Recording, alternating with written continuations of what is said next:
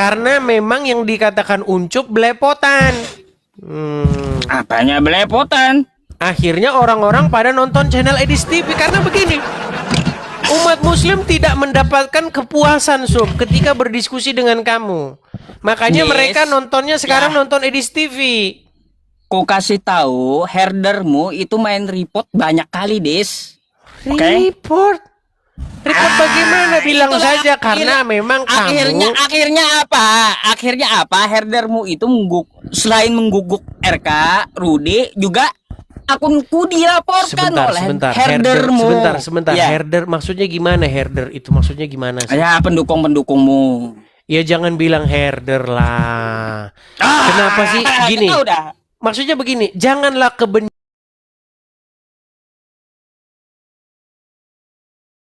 kepada suatu kaum membuat kamu tidak adil kepada mereka. Betul? Betul. Nah iya. Tanya, Des. Jadi jangan karena kalian benci kepada saya lalu kalian mengatakan orang-orang yang mensupport saya herder. Tidak boleh begitu Uncup. Saya tidak pernah mengatakan pengikut Uncup itu guguk. Nggak pernah. Karena saya diajari oleh agama Kristen, oleh ajaran Yesus. Supaya apa? Supaya saya menghormati, menghargai manusia. Sesama ciptaan Tuhan. Kenapa Anda katakan begitu? Nah silakan. Apa yang mau Anda utarakan? Baik, Dis. Boleh aku bertanya? Bertanya apa, Sob? Silakan, Sob. Kalau Uncup ditanya meninggal dunia dia, makanya dia suruh nanya. Silakan. Dis, aku mau bertanya tentang masalah Paulus. Kenapa Paulus, Sob? Kamu percaya nggak dengan Paulus? Kita tidak pernah percaya kepada orang-orang, Sob, kecuali yang disampaikan itu adalah firman Tuhan. Lalu Paulus? Yang Paulus sampaikan kan adalah apa yang dipesankan oleh Tuhan Yesus. Berarti kau percaya? Kalau yang disampaikan adalah firman Tuhan, maka kita percaya. Yang disampaikan semua manusia, bahkan pendeta-pendeta di gereja, kalau yang disampaikan firman Tuhan, kita percaya. Tapi kalau yang disampaikan omongannya sendiri, ngapain kita percaya? Bisa saja dia bohong. Itu kan ada surat dia ke Korintus, ada surat dia ke Roma, ada surat dia ke Efesus. Apa itu firman Tuhan? Itu adalah pengajaran-pengajaran yang diberikan oleh Rasul Paulus kepada jemaat-jemaat. Dari mana Paulus mendapatkan pengajaran tersebut? Dari mana dia mendapatkan hikmat tersebut? Tentu saja dari Tuhan Yesus, begitu. Oh, bukan dari Bapak. Apa yang diajarkan oleh Tuhan Yesus itu berasal dari Bapa di surga juga. Apa yang dihikmatkan, apa yang diberikan oleh Roh Kudus kepada manusia itu juga sumbernya daripada Bapa di surga. Makanya Bapa, Firman dan Roh Kudus itu satu, seperti itu. Gini, Dis. Aku heran kalian itu ya. Yang namanya rasul di zaman bahula ya, Dis ya. Zaman bahula, zaman dulu itu rasul silsilahnya tuh jelas gitu, Dis. Ya, Abraham bin siapa, Daud bin siapa, Salomo bin siapa, terus juga yang lain-lainnya ya, Ezra bin siapa, sampai Yesus anak Daud ada. Lah, kalau Paulus ini silsilahnya mana, Des? Silsilah Paulus. Kenapa kau langsung percaya dengan orang ini gitu lah? Oke. Baik, apa pentingnya silsilah Paulus bagi Islam? Kan Kristen mengakui dia rasul. Ya. Ya, di Islam kan Paulus nggak ada. Nggak semua rasul harus diketahui silsilahnya. Murid-murid Tuhan Yesus juga silsilahnya juga tidak kita ketahui begitu jelas. Nah, kalau murid-murid Yesus kita ketahui dia berbangsa Israel. Pasti ada silsilahnya ke atasnya. Iya, silsilahnya itu tidak diketahui siapa kakeknya, buyutnya nggak diketahui. Untuk lalu apa Paulus gitu ini kan di luar Israel, dia orang begini. Dia orang mana, Isa? Baik. Paulus dia itu adalah seorang Yahudi dari suku Benyamin. Tetapi dia itu berkewarganegaraan Roma karena dia dilahirkan bukan di wilayah Yudea. Dia lahir di perantauan. Kenapa suku Benyamin ini Begini, kenapa suku Binyamin ini tidak ada yang beristri orang-orang Yahudi? Karena ada kejadiannya. Dulu pernah ada kejadian di mana suku Binyamin mereka ini melakukan satu kesalahan. Di dalam kitab Hakim-Hakim, suku Binyamin itu dia pernah melakukan satu perbuatan yang keji begitu. Akibatnya seluruh suku bangsa yang lain itu menghukum orang-orang suku Binyamin ini. Sehingga mereka itu akhirnya mengambil istri-istri dari bangsa lain. Itu panjang jalan ceritanya. Dia ada dalam kitab Hakim-Hakim. Dusta kau. Paulus itu orang Parisi. Farisi itu bukan suku, Yusuf. Farisi itu golongan, sudut pandang Yahudi. Nih, kalau aku tunjukkan sama kamu. Aduh, si Uncup tidak bisa bedakan Farisi dan Binyamin. Aduh. Ngibul nih ya. Ya, silakan. Ngibul melulu ya di sini. Silakan. Gimana mau pintar pengikutnya. Oke, silakan. Dan karena itu ia tahu bahwa sebagian dari mereka itu termasuk dari golongan orang Saduki dan sebagian termasuk orang Parisi. Kan kayak gitu. Oke. Lalu Paulus di sini mengaku sebagai orang Parisi dia. Betul. Dia dari agama Yahudi, dari sekte Farisi. Loh.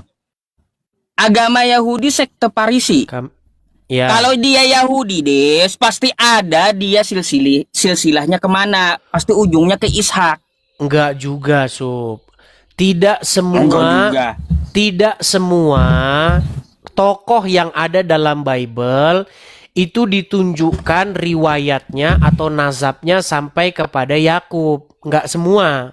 Contohnya, Simon Petrus tidak ada nasabnya sampai ke Yakub. Ya, kemudian siapa lagi? Murid-murid Tuhan Yesus yang ke-12, Maria Magdalena, tidak diketahui siapa silsilahnya, banyak. Begitu. Jadi tidak harus semua tokoh di dalam Bible diketahui silsilahnya sampai kepada Yakub, nggak harus. Pertanyaan selanjutnya. Yakin, kutanya lagi. Tapi begini, sebelum ditanya lagi. Hari ini kok pos nanya gitu ya? Baik, gini Sob. Ketika saya membaca Al-Quran, saya tidak pernah loh Sob. Ini yang masalah begini Sob. Kita ngobrol santai aja Sob. Nggak usah tegang-tegang gini. Okay. Yang saya herankan, tidak pernah loh Sob Al-Quran itu mempermasalahkan Paulus loh. Muhammad juga tidak pernah menyebutkan Paulus di dalam hadis-hadisnya. Gini, orang-orang yang menyalah-nyalahkan Paulus itu adalah orang-orang Islam abad ke-19 Sob. Seperti abad 19-20, seperti Donditan lah, kemudian kemana ini? Si Uncup melarikan diri. Lihat teman-teman. Begini loh, Islam itu berargumen harusnya berdasarkan Al-Quran dan berdasarkan hadis. Cilakanya, Al-Quran dan hadis, Muhammad dan Allah tidak pernah satu kali pun menyebutkan atau mempersalah-salahkan Paulus. Bahkan di dalam kitab-kitab ini, tafsir, itu justru malah membela Paulus. Justru orang-orang Islam yang benci Paulus adalah orang-orang Islam kemarin sore. Saya tunjukkan. Ya, di dalam tafsir, dalam tafsir surat Yasin, sebentar ya, saya akan tunjukkan bagaimana Paulus ini adalah utusan yang benar. Nih. Sabar ya. Saya akan buktikan kepada kalian bahwasanya di dalam kitab-kitab tafsir Al-Quran justru malah Paulus itu utusannya Nabi Isa. Nih, saya buktikan ya kepada kalian ya. Sebentar. Sebentar ya. Nih. Saya tunjukkan kepada kalian bahwasanya Paulus adalah utusannya Nabi Isa. Yang orang Islam sekarang membencinya tanpa alasan. Saya balikan kamera saya. Oke. Kelihatan ya teman-teman ya. Nih, ini AI ya. Nih. Bulus dalam tafsir surat Yasin merujuk kepada salah satu dari 3 utusan Allah yang diutus ke sebuah kota, sering diidentifikasi sebagai Antioquia. Yang kisahnya terdapat dalam Quran surat Yasin ayat 13 sampai 29. Apa konteksnya dalam surat Yasin itu? Ada kisah ini menceritakan tentang penduduk sebuah kota yang mendustakan 2 utusan yang pertama. Setelah itu, setelah utusan pertama dan kedua didustakan, Allah menguatkan dakwah dengan mengirim utusan yang ketiga, yaitu Bulus, yang juga diidentifikasi bernama Syamun. Ya kan? Ini tafsir-tafsir klasik justru malah membela Paulus. Nggak tahu sekarang Islam zaman sekarang, nggak tahu benturin kepalanya kemana. Heran loh saya dengan mereka ini. Kebencian mereka terhadap Paulus itu mengalahkan ulama-ulama mereka sendiri. Ya. Nih, saya tunjukkan nih tafsir yang lebih lengkap ya. Kita bacakan misalnya di dalam tafsir. Nih ya, sebentar. Di dalam Quran surat sabar. Aduh, kalau mau saya tunjukkan nanti kepada mereka ya teman-teman ya. Bisa-bisa nanti mereka marah-marah kepada ulama-ulamanya. Nih. Kita bukakan surat Yasin. Perhatikan ya. Nih. Ini surat Yasin ya, ayat 14. Muslim-muslim kan biasa baca Arab aja terus. Dia nggak tahu artinya. Nih, kita baca artinya. Yaitu ketika kami mengutus kepada mereka 2 orang utusan. Lalu mereka mendustakan keduanya. Kemudian kami menguatkan dengan utusan yang ketiga. Maka ketiga utusan itu berkata, sesungguhnya kami adalah orang-orang yang diutus kepadamu. Tafsir. Perhatikan dalam kitab tafsirnya. Dan dibuatlah bagi mereka suatu perumpamaan, yaitu penduduk suatu negeri yang ketika utusan-utusan datang kepada mereka. Ketika kami mengutus kepada mereka 2 orang utusan, lalu mereka mendustakan keduanya, lalu kami kuatkan dengan utusan yang ketiga. Maka dan seterusnya. Nah, siapa utusan-utusan ini? Ya, baca ini kitab-kitab ulama-ulama kalian nih.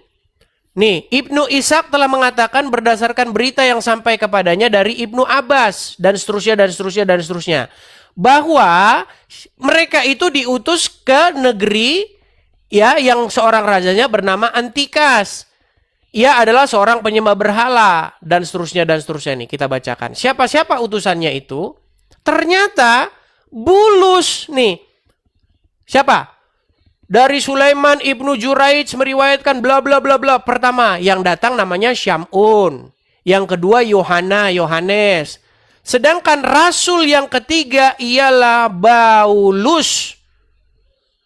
Dan nama negerinya adalah Intakiah. Paulus dari Antioquia. Ini ulama-ulama klasik kalian, tafsir-tafsir klasik kalian. Kenapa kalian benci sekali dengan ulama-ulama kalian? Heran saya dengan mereka ini loh.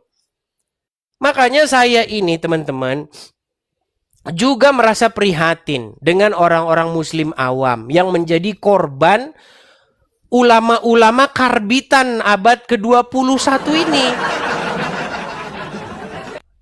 Ketika saya mempelajari agama Islam, Quran dan hadis, tidak pernah saya temukan dalam Quran itu nyalah-nyalahin Paulus. Nggak ada. Tidak satu kali pun Muhammad menyebutkan Paulus. Bagaimana mungkin orang Islam zaman sekarang kerjanya nyalah-nyalahin Paulus? Aduh, sungguh nekat yang nyata kalian. Ayo silakan.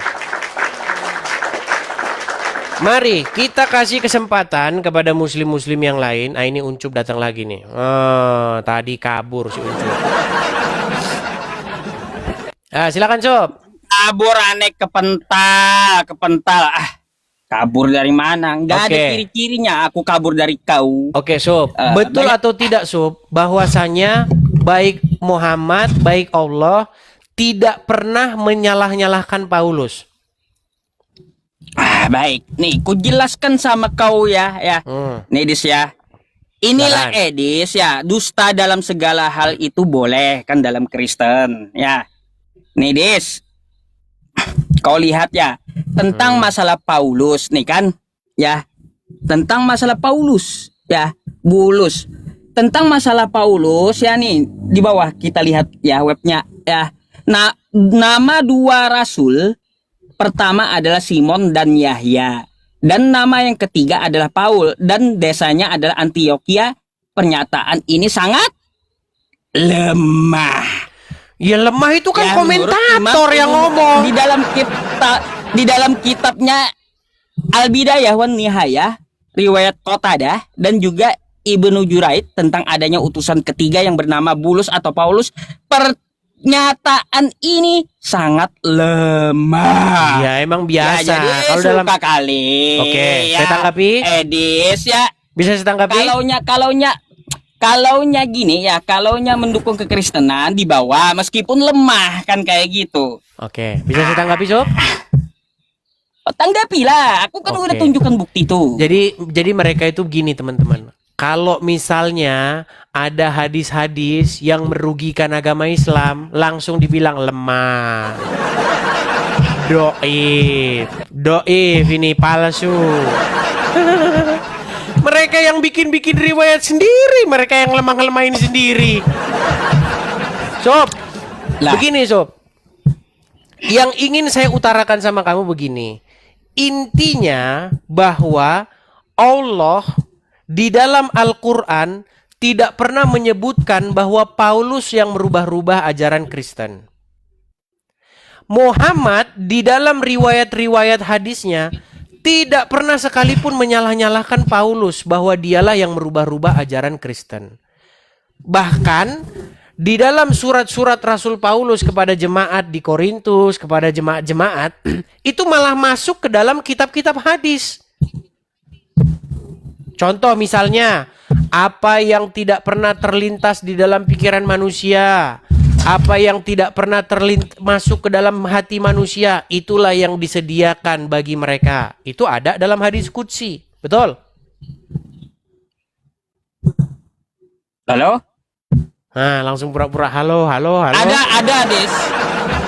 Ada literasi dari beberapa ulama, tapi bukan ulama aswaja, tapi ulama dari Syiah. Mereka mengutuk Paulus dan mereka katakan Paulus itu adalah orang yang menghuni neraka gitu. Ya, itu kan ulama-ulama, bukan Muhammad dan bukan Allah, betul?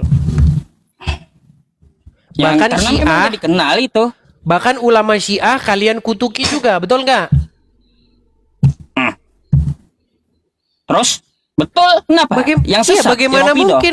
bagaimana mungkin kamu ambil syubhat, kamu ambil referensi dari ulama-ulama yang mencaci maki ini sahabat-sahabat Muhammad. Ini kan tidak konsisten kalian, Sob. Yang namanya Rafidah ya, sesat itu Des ya, seperti menuhankan Ali bin Abi Thalib ya tidak sejalan dengan kami Islam. Kenapa mereka disebutkan menuhankan Ali bin Abi Thalib? Ya terlalu meninggikan kayak kalian juga, sampai-sampai ya meninggikan Yesus sampai disembah-sembah kan kayak gitu. Baik, saya tanggapi ya. Jadi ini Sob, ini tema yang bagus Sob. Menurut orang-orang Sunni, orang-orang Syiah memperlakukan Ali sedemikian rupa, berlebih-lebihan, sampai kalian katakan menuhankan, betul? Iya, betul. Nah, sementara Sob, perbuatan yang umat muslim lakukan, orang-orang Sunni lakukan terhadap Muhammad, itu lebih parah ketimbang apa yang orang-orang Syiah lakukan kepada Ali bin Abi Thalib. Begini Sob, pernah tidak ada riwayat bahwasanya pengikut Tuhan Yesus minum air kencingnya? Riwayat. Ada nggak Nggak riwayat ada. pengikut Tuhan Perjanjian Yesus? lama. Di perjanjian lama baru ada. Ini gimana sih si Uncup ini? Aduh Cup gimana kita mau diskusi? Gini Des, Sedikit, ya. sebelum ke minum situ. air kencing itu ya, minum air kencing itu ada di kitab kau lebih duluan di perjanjian lama. Boleh saya tanggapi? Ngerti? Silakan. Baik, begini Sob, makanya begini. Kau minta Bedakan, bukti. Sob, bedakan mana ejekan atau makian dengan mana minum air kencing karena dia mengkultuskan. Di dalam perjanjian lama ada utusan dari orang-orang Aram yang datang kepada orang Israel. Di mana orang-orang Aram mereka mengepung orang-orang Israel dan memaksa Oke, bisa saya jelaskan Sob karena mikrofonmu itu bergerak terus Sob. Jadi gluduk gitu. Oh, ya udah. Kau dulu, ku tutup dulu miku. Silakan. Oke. Nanti kamu bisa bukakan ya ayat itu ya. Itu kan berbicara mengenai utusan Raja Aram. Begini ceritanya. Jadi Aram ini ingin menaklukkan orang Israel. Bagaimana cara mereka menaklukkan Israel? Dengan cara mengepung kota itu sehingga pasokan makanan, pasokan minuman tidak masuk ke kota. Dengan maksud apa? Untuk menundukkan raja orang Israel. Nah, ketika mereka mengepung di situ sampai berhari-hari dikepung, lalu akhirnya datanglah utusan Raja Aram itu dan berkata kepada penduduk orang Israel dengan berkata, jangan kalian berharap-harap lagi kepada Raja Hizkia itu. Karena apa? Karena Tuhan sendiri tidak akan mampu menolong kalian. Lalu ada utusan dari raja itu berkata, tolong jangan berbicara dengan kami dalam bahasa Yehuda. Tolong berbicaralah kami dengan bahasa Aram. Supaya apa? Supaya penduduk negeri nggak tahu. Akhirnya utusan itu ngomong, adakah aku diutus hanya ngomong kepada gundulmu, kepada kamu? Tidak, saya diutus juga untuk ngomong kepada orang-orang yang berada di balik tembok, yang mereka makan ee-nya dan minum air kencingnya. Kata-kata itu adalah kata-kata makian, kata-kata ucapan sarkas yang diucapkan utusan itu untuk menggambarkan keadaan orang-orang Israel yang menderita di balik tembok. Bukan perintah untuk minum air kencing, Uncup. Gimana sih Uncup mahamin gitu aja nggak bisa? Coba silakan bacakan. Ayo. Baik, Dis, ya. Baik, ya. Mari, ya. Kita baca dulu, ya. Dibacakan 3 ayat sebelumnya, Sob. Sabar. Oke, silakan. Kau maunya 3 ayat dari 25 gitu? Enggak, 3 ayat aja sebelumnya. Ya, sekarang pun ya, adakah di luar kehendak Tuhan aku maju melawan tempat ini untuk memusnahkannya? Tuhan telah berfirman kepadaku, majulah menyerang negeri itu dan musnahkanlah itu. Lalu berkatalah Elyakim bin Hilkia, Sepna dan Yoah, ya, kepada juru minuman agung, silakan berbicara dalam bahasa Aram kepada hamba-hambamu ini. Sebab ya kami mengerti, tetapi janganlah berbicara dengan kami dalam bahasa Yehuda, sambil didengar oleh rakyat yang ada di atas tembok. Oke? Nah, tetapi juru minuman agung berkata kepada mereka, adakah tuanku mengutus aku untuk mengucapkan perkataan-perkataan ini hanya kepada tuanmu dan kepadamu saja?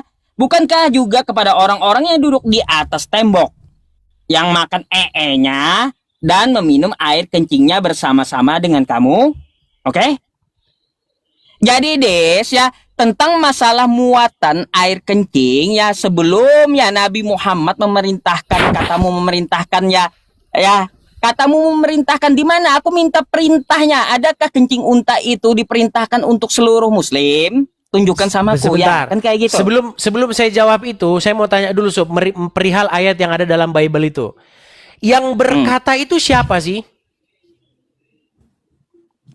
Yang berkata utusan nih. Oke. Mengutus aku untuk mengucapkan perkataan. Utusan siapa ini. itu? Utusan dari Elyakim bin Hilkia. Itu utusan Raja Aram, Uncup. Gimana? Coba gini saja. Coba judul perikopnya coba lihat, Sob, biar kita sama-sama baca yuk. Baik. Jadi kayak gini, Desya Hizkia Raja Yehuda nih ya. Oke. Sebentar, Sob, sebentar. Nah, jadi sedikit, sekarang Sob. Gini, yang aku tekankan gini di Sob, biar kita sama-sama mengerti. Sob, biar kita sama-sama mengerti. Sebentar, dikit lagi. Silakan. Gini, kamu kan gak mau tahu masalah Kita belum itu bahas untuk kencing siapa? unta dulu, Sob. Kita bahas dulu Terus ayat ini untuk sampai siapa selesai. dan bagaimana. Nah, lalu ini pernyataan tentang masalah meminum air kencing itu ya, cerita meminum air kencing itu lebih duluan ada di Bible Itu bukan daripada minum air kencing, Sob. di Itu hadis. cemoohan, Sob. Cemoohan. Coba kita harus sabar teman-teman, karena orang-orang muslim ini kalau baca Bible ayo. mereka suka nyolong ayat-ayat kutip-kutip saja. Gini, Sob, saya mau tanya dulu, Sob. Sob, Oke, dah. oke. Saya mau tanya Saya dulu, bilang. Sob. Latar belakang ayat itu, kalau kita bicara itu secara keseluruhan, itu kan mengenai kota Yehuda atau penduduk negeri Yehuda yang dikepung oleh pasukan Aram. Betul atau salah? Iya. Oke. Juru minuman Raja Aram ini diutus untuk mendatangi kota, betul? Untuk berbicara kepada orang-orang yang ada di tembok kota itu, betul? Lalu? Nah, pertanyaan saya adalah, apakah Anda tahu bahwa kata-kata itu adalah kata-kata cemoohan atau makian utusan Raja Aram kepada penduduk negeri Yehuda yang sudah kelaparan karena dikepung berbulan-bulan? Pertanyaannya gini, Des. Itu kata cemoohan, kata kamu kan? Itu kamu referensinya dari mana? Kalau itu adalah sebuah Oke, kata saya bacakan saja semuanya ya. Aduh. Lari. Kalau saya bacakan Apanya? konteksnya kira-kira gimana? Masih sembuh atau masih mau Ya ngutip-ngutip ayat ini lagi? terserah kau lah.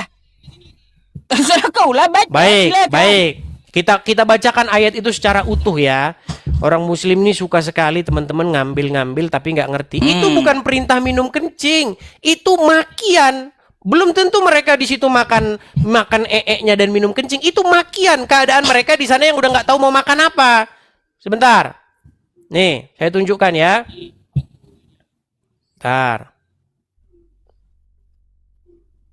Saya akan tunjukkan. Itu ada di dalam kitab Raja-Raja pasal yang ke-18. Ya, 2 Raja-Raja pasal 18. Biar kita ngerti konteksnya ya teman-teman ya. Biar orang Nomor muslim 27. seperti Yusuf ini tidak lagi mengambil ayat ini sebagai seolah-olah jawaban atas orang Islam minum kencing Muhammad. Bukan itu. Saya balikan. Bentar. Jadi biar kita sama-sama cerdas, Sob. Diskusi yang cerdas itu adalah diskusi yang menggunakan konteks dan latar belakang. Perhatikan ya. Kita mulai dari ini. Yerusalem dikepung oleh Sanherib. Saya bacakan ya. Dalam tahun ke-14 zaman Raja Hizkia, majulah Sanherib, Raja Asyur, menyerang segala kota berkubu negeri Yehuda, lalu merebutnya. Hizkia, Raja Yehuda, mengutus orang kepada Raja Asyur di Lakis dengan pesan, "Aku telah berbuat dosa, undurlah daripadaku. Apapun yang kau bebankan kepadaku akan kupikul." Kemudian Raja Asyur membebankan kepada Hizkia, Raja Yehuda, 300 talenta perak dan 30 talenta emas. Hizkia memberikan segala perak yang terdapat dalam rumah Tuhan dan dalam perbendaharaan istana raja. Sampai dikerokin itu dari dinding-dinding itu buat ngasih ini Sanherib ini. Nah, pada waktu itu Hizkia mengerat emas dari pintu-pintu dan jenang-jenang bait Tuhan yang telah dilapis oleh Hizkia Raja Yehuda. Diberikannya lah itu semua kepada Raja Asyur. Sesudah Raja Asyur mengirim panglima kepada istana dan juru minuman agung dari Lakis kepada Raja Hizkia di Yerusalem, disertai suatu tentara yang besar, mereka maju dan sampai ke Yerusalem. Setelah mereka maju dan sampai di situ, mereka mengambil tempat dekat saluran kolam atas di jalan raya padang tukang penatu. Nah, ketika mereka memanggil-manggil kepada raja, dipanggil-panggilin tuh Raja Hizkia keluar, ya, mendapatkan mereka Eliakim bin Hizkia. Jadi raja nggak keluar, yang keluar tuh Eliakim. Nah, kepala istana dan Sabna, panitera negara, serta Yoab bin Asap, bendahara negara. Jadi 3 orang menemui utusan dari Sanherib ini. Lalu berkatalah juru minuman agung kepada mereka bertiga. Katanya begini, baiklah katakan kepada Hizkia, beginilah kata Raja Agung, Raja Asyur. Kepercayaan macam apakah yang kau pegang ini? Kau kira bahwasanya hanya ucapan bibir saja dapat merupakan siasat dan kekuatan untuk perang sekarang? Kepada siapakah engkau berharap? Maka engkau memberontak terhadap aku. Sesungguhnya engkau berharap kepada tongkat bambu yang patah terkulai, yaitu Mesir, yang akan menusuk dan menembus tangan orang yang bertopang kepadanya. Begitulah keadaan Firaun, Raja Mesir, bagi semua orang yang berharap kepadanya. Karena Raja Hizkia minta bantuan kepada Mesir. Nah, dan apabila kamu berkata kepadaku, kami berharap kepada Tuhan, Allah kami. Bukankah dia itu yang bukit-bukit pengorbanannya dan mezbah-mezbahnya telah dijauhkan oleh Hizkia sambil berkata kepada Yehuda dan Yerusalem, di depan mezbah yang di Yerusalem inikah kamu harus menyembah? Maka sekarang baiklah bertaruh dengan tuanku Raja Asyur. Aku akan memberikan 2.000 ekor kuda kepadamu jika engkau sanggup memberikan dari pihakmu orang-orang yang mengendarainya. Bagaimanakah mungkin engkau memukul mundur satu orang perwira, tuanku yang paling kecil, padahal engkau berharap kepada Mesir dan hal kereta dan orang-orang berkuda. Sebentar, Sob. Panjang kali deh. Oh, iya, biar Anda tahu konteksnya. Poinnya apa? Baik, saya lanjutkan. Dan sekarang pun, adakah di luar kehendak Tuhan aku maju melawan tempat ini untuk memusnahkannya? Tuhan telah berfirman kepadaku, majulah menyerang negeri ini dan musnahkan itu. Lalu berkatalah Eliakim bin Hilkia, Sebna dan Yoah, 3 orang tadi ya, utusan Raja Hizkia, ngomong begini kepada juru minuman agung itu, utusan Sanherib. Silahkan berbicara dalam bahasa Aram kepada hamba-hambamu ini, sebab kami mengerti. Tetapi janganlah berbicara dengan kami dalam bahasa Yehuda sambil didengar oleh rakyat yang ada di atas tembok. Kenapa? Karena mereka ini malu. Begitu loh. Makanya pakai bahasa rahasia aja, bahasa Aram aja. Tetapi juru minuman agung berkata kepada mereka, adakah tuanku, maksudnya Raja Asyur tadi, mengutus aku untuk mengucapkan perkataan-perkataan ini hanya kepada tuanmu dan kepadamu saja? Bukankah juga kepada orang-orang yang duduk? Aduh, sebentar, kok hilang? Nih, bukankah juga kepada orang-orang yang duduk di atas tembok yang memakan tahinya dan meminum air kencingnya bersama-sama dengan kamu? Kemudian berdirilah juru minuman agung dan berserulah ia dengan suara nyaring dalam bahasa Yehuda. Ia berkata, dengar inilah kata raja dan seterusnya dan seterusnya. Janganlah Hizkia mengajak kamu berharap kepada Tuhan. So, perkataan ini itu perkataan makian, bukan perkataan perintah minum kencing. Gimana? Itu Sob. Jadi dalam diskusi itu kita nggak boleh ngilangin konteks. Itu adalah makian utusan Raja Asyur kepada 3 utusan Raja Hizkia yang mengatakan bahwa mereka di sana udah makan nya dan minum kencingnya karena udah dikepung berbulan-bulan. Mereka nggak makan di situ karena nggak ada pasokan makanan. Des, Silakan. gini Des. Panjang kali lebar kamu menjelaskan kepadaku poinnya nggak ada. Kenapa Kenapa ada orang kau bilang benturin nggak ada? kepalamu kubin terus, Sob? Karena di situ tidak merubah konteksnya juga dan tetap tertera di kitab kau bahwa sebenarnya yang meminum air kencing itu ya bukan cuma cerita di abad ke-7 yang ku maksud, tetapi sudah ada di Bibelmu duluan. Oke. Saya jawab. Bisa saya Kayak jawab? gitu. Kalaunya tertera di dalam kitabmu ya, itu adalah sebagai pelajaran, sebagai contoh, apakah sudah kau amalkan? Udahkah Baik. kau minum kencing sendiri? Dan udahkah kau minum tai sendiri? Kan kayak gitu. Baik. Kenapa diletakkan di kitabmu? Karena kan Jawab kitab ya. itu pengajaran. Ya, Bisa saya jawab? udah aku nanggapin Oke. dikit aja. Oke. Baik. Jadi begini Yusuf ya. Dari bagan cerita yang saya ceritakan tadi, itu bukan sebuah apa namanya sesuatu yang harus kita laksanakan. Itu adalah menceritakan keadaan bagaimana penduduk negeri Yehuda dikepung sehingga mereka tidak dapat asupan bahan makanan. Contoh Sob, kamu misalnya tinggal di mana? Taruhlah kamu tinggal di Palangkaraya. Bayangin kalau seluruh kota Palangkaraya dikepung sehingga tidak ada lagi makanan yang masuk ke sana.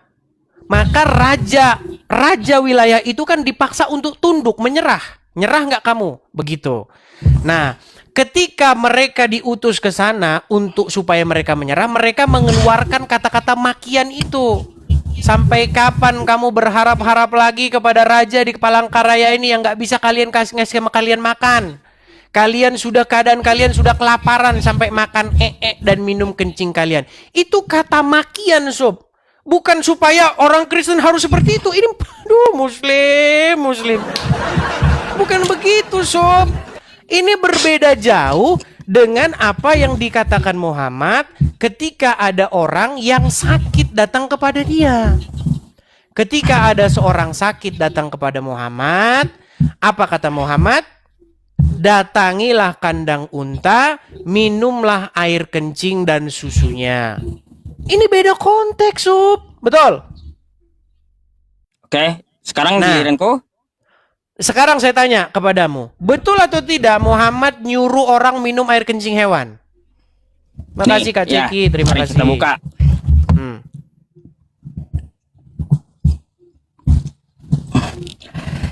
Des, perhatikan ini ya. Dalil mengenai ya tentang kencing unta yang kau bawa. Ada sejumlah orang dari suku Urainah yang datang menemui Nabi Shallallahu Alaihi Wasallam. Namun mereka mengalami sakit karena tidak betah di Madinah. Lalu Rasulullah Shallallahu Alaihi Wasallam memerintahkan mereka, bukan memerintahkan Muslim, paham? Ya, Oke. untuk mendatangi kandang unta dan menyuruh mereka untuk minum air kencing dan susunya dicampur. Hadis riwayat Bukhari. Nggak ada dikatakan di situ dicampur, Sob. 1501. Oke. Ya, kencing dan susunya. Jadi Ya. kayak gini deh. Nggak ada dikatakan Jadi campur. kayak gini. Tidak ada perintahnya itu kepada seluruh umat Islam. Seperti Oke. yang kau katakan dan yang kau framing. Ya. Baik. Saya jawab. Jelas di sini Nabi memerintahkan hanya kepada yang datang, yaitu suku Baik. Urainah. Hanya untuk orang itu saja dan hanya pada saat itu saja kegunaannya. Baik. Artinya apa? Artinya masalah kencing unta itu ya bukan untuk jadi ajaran umat Islam keseluruhan di seluruh dunia. Enggak. Baik. Bisa Kayak ditanggapi, gitu, Sob? bukan seluruh dunia. Coba sekarang kalau kamu mengatakan bahwa umat Islam harus minum kencing unta, ya kata kamu, tolong datangkan samaku dalilnya. Umat Islam diperintahkan minum kencing unta. Ayo. Baik. Saya tanggapi ya, Sob ya. Baik. Jadi begini, Sob. Pertama-tama, kalau kamu mengatakan bahwa itu adalah yang diperintahkan Muhammad bukan kepada orang Muslim. Saya mau tanya dulu nih.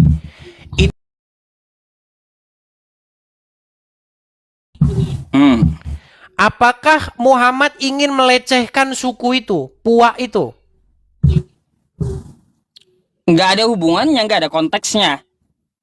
Oke, pertanyaan saya, kan apa yang diperbuat oleh Muhammad menjadi sebuah dalil, menjadi sebuah rujukan, menjadi sebuah hukum, betul nggak? Oh, tidak mesti menjadi sebuah hukum untuk semua muslim. Hadis itu ada hadis yang diterapkan pada saat di zaman Nabi saja. Ya, contoh Nabi setiap malam sholat. Bukan, Itu bukan. tidak menjadi Jangan kewajiban melebar untuk kemana-mana.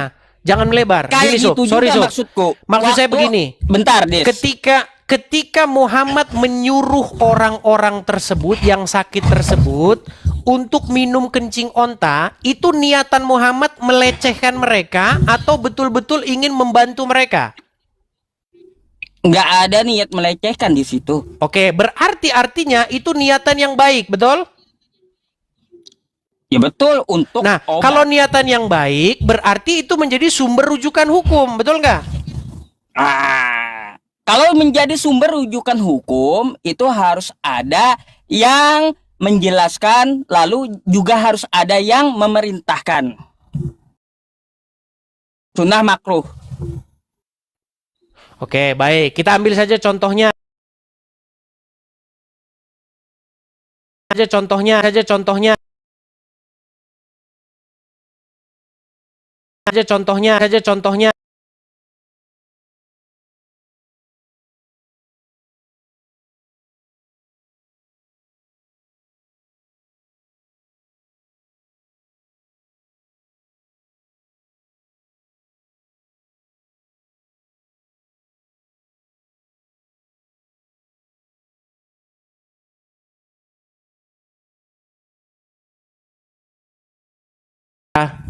Minum kencing unta. Ini dilakukan oleh umat-umat muslim sekarang ini juga ketika mereka pergi ke Mekah atau Madinah. Nih, saya kasih nggak contoh ada nih. itu. Saya kecilin ya, Sob ya. Nih. Mereka minum-minum kencing unta ya. Nih, bentar. Saya kasih contohnya. Nih, Sob. Kelihatan, Sob? Kelihatan ya? Oke, saya mau tanya dulu, Sob. Jujur, Sob. Ini orang-orang muslim bukan, Sob? Ya muslim itu. Oke. Dia minumin kencing onta nggak ini pakai botol ini? Minum kencing unta. Mana praktekkan dulu. Coba kita tunggu ya. Kita besarin suaranya ya. Hmm.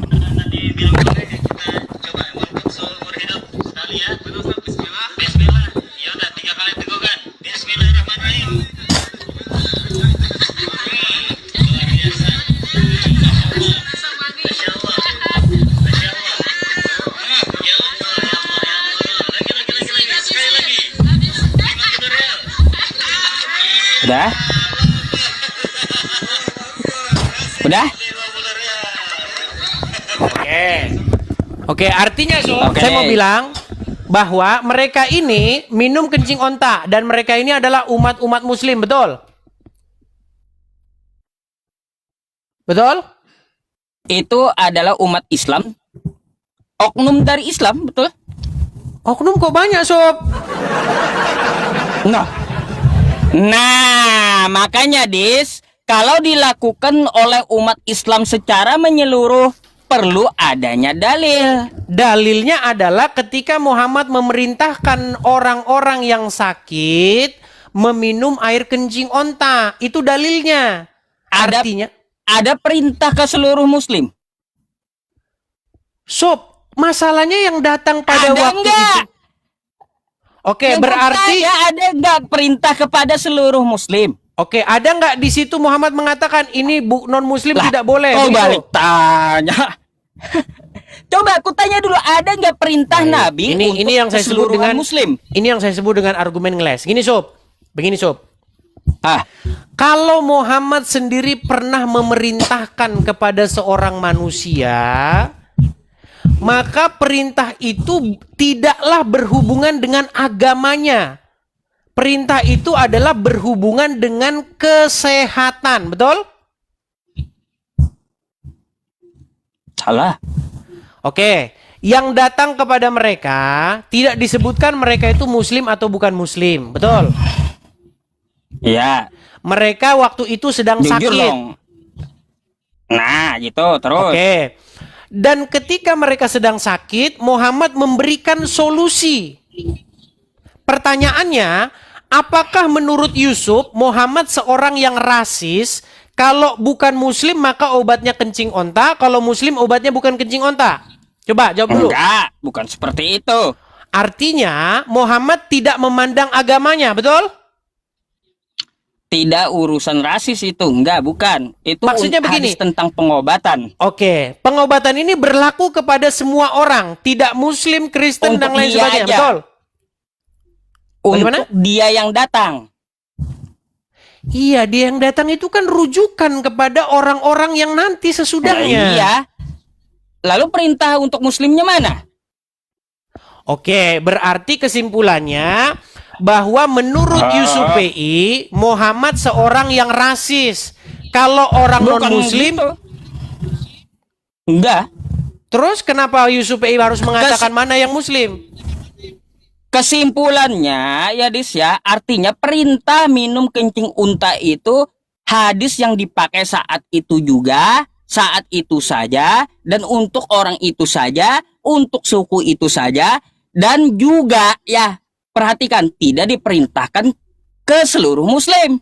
Baik, saya akan tanggapi. Datangkan Baik. dalilnya samaku kalau diperintahkan, hai umat Islam. Hai Baik. umat Islam, minumlah kencing unta kata Nabi Baik. Muhammad. Mana itu? Saya tunjukkan hadis yang sejenis ya. Ini artinya Uncu PI ini ingin menutup-nutupi bahwa atau ingin memutus bahwa oh itu nggak berlaku, itu hanya untuk orang itu saja. Baik. Saya tunjukkan sebuah hadis yang mengatakan begini. Anda pasti tahu hadis ini, Sob. Solatlah kamu sebagaimana kamu melihat saya solat. Betul? Ya betul. Oke. Sallu kama ra'aitumuni usolli, betul. Oke, adakah di hadis itu dikatakan kepada orang-orang yang sesudah orang itu atau hanya kepada orang itu saja? Nah, itu hadis penjelasannya dari ayat Al-Qur'an yang mana? Hadis itu berbicara ketika Muhammad berkata kepada orang yang ada di situ dengan kata-kata solatlah kamu sebagaimana kamu melihat saya solat. Berarti Yes. menurut senang Sob, berarti menurut logika Yusuf PI, karena Muhammad hanya berkata kepada orang itu, artinya perintah sholat seperti Muhammad itu hanya kepada orang itu saja, bukan kepada muslim yang lain. Des, perintah sholat itu ya Des ya bukan Nabi Muhammad yang memerintahkan, tapi Allah Subhanahu wa taala di dalam Al-Qur'an. Ya, tetapi Quran kan surah tata Al-Baqarah caranya kan ayat tidak tahu. Bentar dulu, ya makanya aku jelaskan. Hmm. Perintah sholat itu ada di dalam Al-Quran. Quran surah Al-Baqarah ayat 43. Aqimis sholah wa atuz zakah warka'u ma'ar raki'in. Oke, bagaimana tata cara sholatnya? Perintahnya itu dari Allah, bukan Oke. dari Nabi Muhammad yang memerintahkan. Oke, Muhammad memerintahkan tata cara sholat kepada orang tersebut, betul? Bukan Nabi Muhammad memerintahkan. Nabi Muhammad itu sebagai contoh bagaimana dia sholat. Ya, dikatakan kepada orang tersebut yang datang itu, betul? Kalaunya Nabi Muhammad sujud, ya kami sujud. Bukan. Gini Sob, biar kita nggak melebar. Perintah itu dikatakan Muhammad hanya kepada orang yang datang itu, kepada dia itu, betul? Lah, kalaunya Allah Subhanahu wa taala ya Dislah di dalam Al-Qur'an memerintahkan itu bukan untuk cuma satu. Kayak gimana sih? Ya, artinya apa yang diperbuat Muhammad terhadap orang lain menjadi sumber rujukan, menjadi dalil bagi orang-orang sesudahnya. Betul atau salah? Dalilnya itu difilter, ada yang untuk saat itu saja, ada untuk orang tertentu. Ya kalau Oke. yang hadis ada Bagaimana untuk kita sebagai tahu? hukum di dalam Bagaimana agama kita Islam. tahu? Oke, baik. Dari dua hadis ini, saya melihat bahwa dua-duanya hanya ditujukan kepada orang itu saja. Nggak ada dikatakan ini berlaku kepada semua orang, nggak ada. Ya, Betul? lihat matanya. Matanya. Coba ya. coba jelaskan kepada kami, silakan. Untuk Ya, ini mau ngeles aja dia, matanya teman-teman. itu. Matanya Mau ngeles itu dia. apa? Matanya itu apa? Isinya seperti apa? Minum nih, ya, Dis ya. Nih. Makanya kritik hadis tuh ada, Dis. Ya, Iya, belajar mereka- kau. Pokoknya kalau bikin rugi muslim itu hanya berlaku untuk mereka. Tidak berlaku kepada orang-orang sesudahnya. Silakan. Nggak usah ngeles kau. Qadima ala Rasulillah sallallahu alaihi wasallam qaumun min langsung aja ya. Ah. Ada sejumlah dari suku ya Urainah ya Uranah. Oke, mereka yang itu datang muslim atau menemui non muslim, Nabi Muhammad Sob? Tidak dijelaskan di sini ya. Oke, Oke. bisa jadi muslim ya. Oke. Ya, terus mengalami Sebentar, sakit bisa jadi mereka muslim karena ya? Tidak di Tidak dijelaskan gitu. Iya, Kenapa berarti bukan itu? bisa jadi mereka muslim, betul? Ya, bisa jadi, bisa jadi. ya. Oke, Terus, baik. terus. Enggak apa-apa. Terus. Mengalami sakit karena tidak betah di Madinah. Lalu Rasulullah Shallallahu Alaihi Wasallam memerintahkan kepada mereka untuk mendatangi kandang unta. Des, matannya aja, isinya aja mendatangi kandang unta, kandang Dan unta meminum. yang ada di mana? Di daerah Nabi, ya. Dan menyuruh mereka untuk minum air kencingnya dan susunya. Oke. Bukan cuma air kencingnya saja, tapi juga susu untanya. Iya, betul. Oke? Dan Oke. tidak ada perintahnya kepada untuk semua muslim. Paham? Oke. Tidak ada perintahnya kepada jadi semua kena- muslim. Oke. lalu Berarti kenapa ini perbuatan hadis? sebentar. Berarti perbuatan Muhammad itu dilakukan Muhammad atas dasar dia ingin melecehkan kaum tersebut atau ingin dia memberikan solusi. solusi. Artinya itu baik, betul?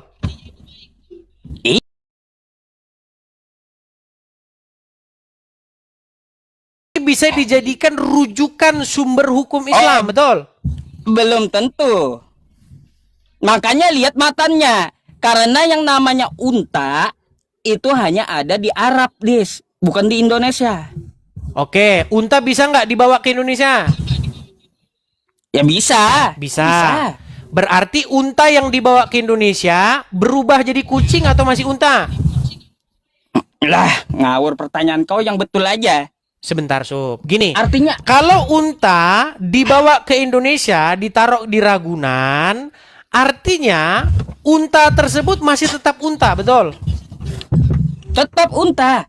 Nah, tetap unta. Berarti itu bisa dijadikan rujukan bahwa minum kencing unta itu sesuai dengan sunnah Rasul kalau sakit, betul?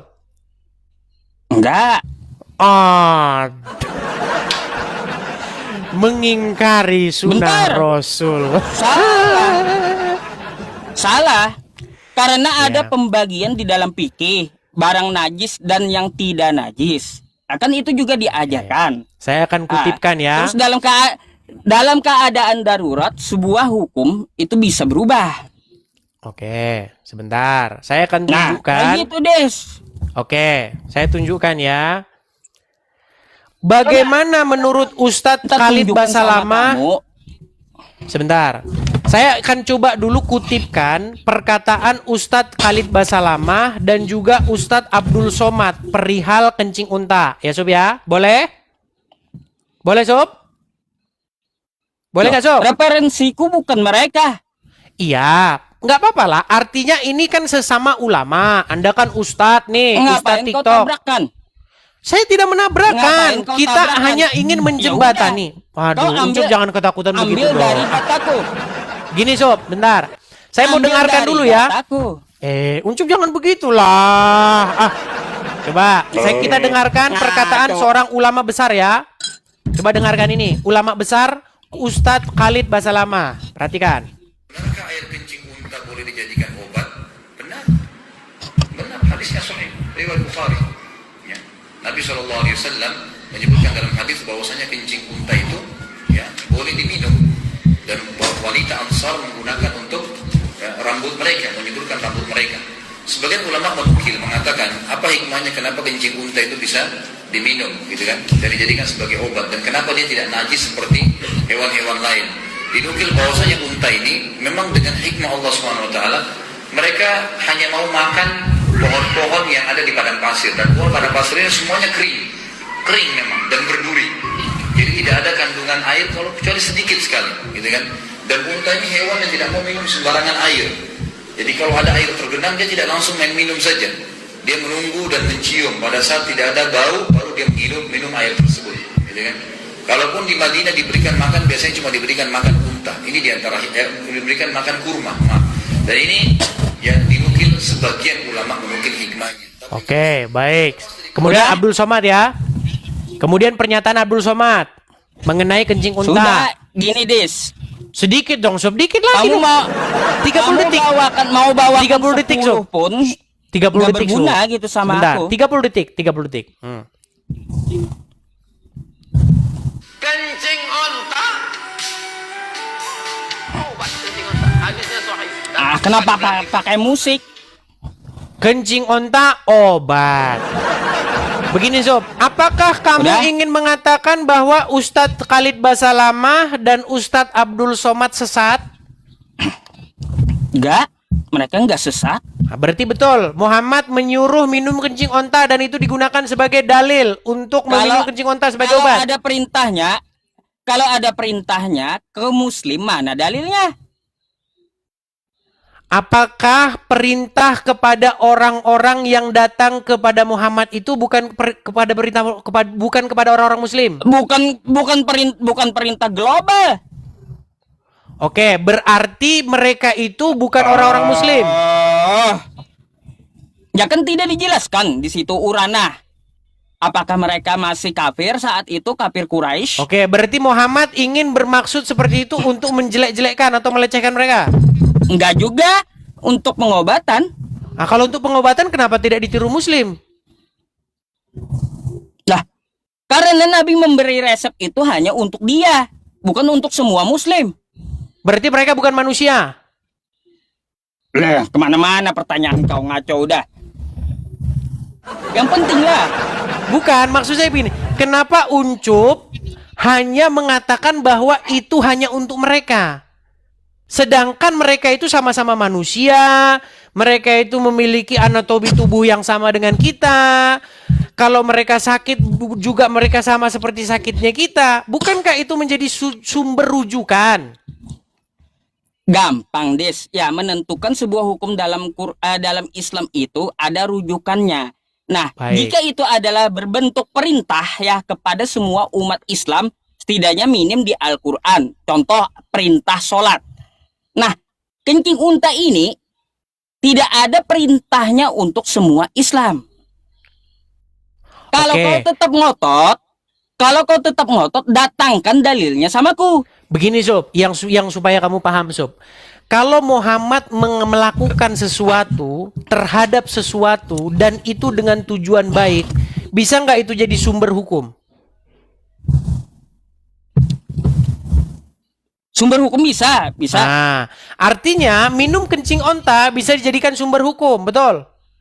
Lihat dulu matan hadisnya. Matan hadisnya gimana memangnya di situ? Engkau tahu nggak apa arti matan? Matan itu isi hadis. Isi hadis ya, matan hadisnya. Unta itu hanya ada di Jazirah Arab. Oke, sekarang ada nggak unta di Indonesia? Nggak ada. Oke, taruhlah di kebun binatang ada Sob. Pernah ke Ragunan? Itu hayalan kamu berarti. Di Ragunan ada unta. Sob, pernah ke Taman Safari nggak Sob? Hayalan kamu. Hayalan kamu berarti kayak gitu. Buset, dia katanya tidak ada unta di Ragunan. Sob, unta banyak di kebun binatang. Aduh, Uncop. Baik, nggak apa-apa lah, nggak apa-apa. Udah? Saya teruskan. Artinya kalau ada Pergi. umat Muslim yang pergi ke Madinah, mereka di situ menemukan unta dan kencing-kencingnya di situ dijualin, maka kalau orang sakit boleh berobat dengan itu, betul? Sekarang kan udah ada obat medis, Dis. Berarti khasiat Muhammad tidak diacukan karena khasiat Muhammad itu makanya sudah ku bilang itu hadis untuk saat itu saja, Oh, iya. untuk orang itu saja. Oke, baik kesimpulannya Sob, kesimpulannya karena biar kita nggak debat Nah. kusir. Betul Iya. tidak Muhammad adalah satu-satunya nabi yang menyuruh orang minum air kencing hewan? Apa itu? Pertanyaan kamu seperti itu. Satu kali lagi. Betul atau tidak bahwasanya tidak ada nabi selain Muhammad yang menyuruh minum kencing hewan? Semua nabi ya Dis ya mengajarkan kebaikan. Udah. Sob, jawab dulu. Betul atau salah Itu aja. bahwa tidak ada nabi yang menyuruh minum air kencing hewan selain daripada Muhammad? Ya, kan ada hadisnya. Udah Ya, jelas. berarti Muhammad satu-satunya nabi yang menyuruh minum air kencing hewan, betul? Terserah kau, ya. Kok terserah Yang jelas saya aku sih, sudah Cuk? jelaskan. Aduh, si Yang Ucup jelas ini aku sudah teman-teman. aku udah jelaskan sama kamu, ya. Itu bukan perintah untuk seluruh muslim. Oke, Kan gitu. oke, Intinya perintah gitu. kepada orang tersebut, perintah kepada manusia ya, manusia Iya. tersebut. Oke, berarti betul ucapan saya, tidak ada nabi yang menyuruh minum air kencing Itu. hewan selain daripada Muhammad. Framing kau. Kok framing saya sih? Jadi So- kesimpulannya ya teman-teman, hadis yang dipermasalahkan Edis itu adalah hadis untuk pengobatan ya. Maksud saya, betulkah hadis itu membuktikan bahwa tidak ada nabi selain daripada Muhammad yang nyuruh minum air kencing? Selain daripada Muhammad. Kan sudah ada dalilnya, ku jelasin. Berapa kali tadi udah. Oke, coba ayo. Muter-muter kau, Dis. Aku bersaksi Syukron, Bang. Apanya? bahwa tidak ada nabi yang menyuruh minum air kencing hewan selain Muhammad. Yuk. Maksa. Loh, kok maksa? Ya udah, Sob. Oke, Sob. Coba tunjukkan satu nabi yang nyuruh minum air kencing hewan selain daripada Muhammad. Masalahnya kayak gini, Des ya. Masalahnya kayak gini. Aku minta kamu ya, perintah itu ditujukan kepada semua muslim. Oke, Itu mana, oke lah. gitu. Oke, Sob, tidak ditujukan kepada seluruh muslim. Saya ikutin lah narasi kamu.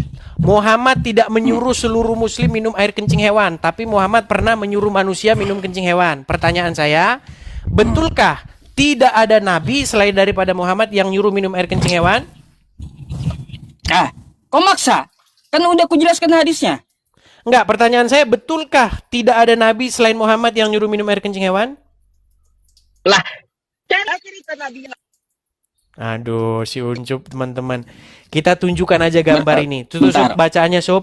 Aku bersaksi tidak ada nabi yang suruh minum air kencing Udah? hewan kecuali Muhammad. Yuk, bersaksi yuk, Sob. Aku bersaksi. Kenapa? Aku bersaksi. Udah pembahasan itu. Iya, tapi kan belum kesimpulan. Ayo, aku bersaksi. Ya, kesimpulan kan udah dariku tadi. Ya. Iya, kesimpulannya Muhammad tidak. Oke, Sob. kesimpulan Gini, nih, Sob. kesimpulan Pelan-pelan, dari Sob. Sob, aku. Sob, pelan-pelan, Ya. Sob. Hadis Kesimpulannya kencing unta itu bukan untuk seluruh muslim, dan ya hadis tentang masalah kencing unta itu ya Dis ya tidak ditujukan untuk seluruh muslim sekali lagi, oke? Oke, berarti pernah Tetapi Muhammad kepada nyuruh suku manusia yang minum kencing saat hewan? itu saja. Ya itu kan kau mau framing.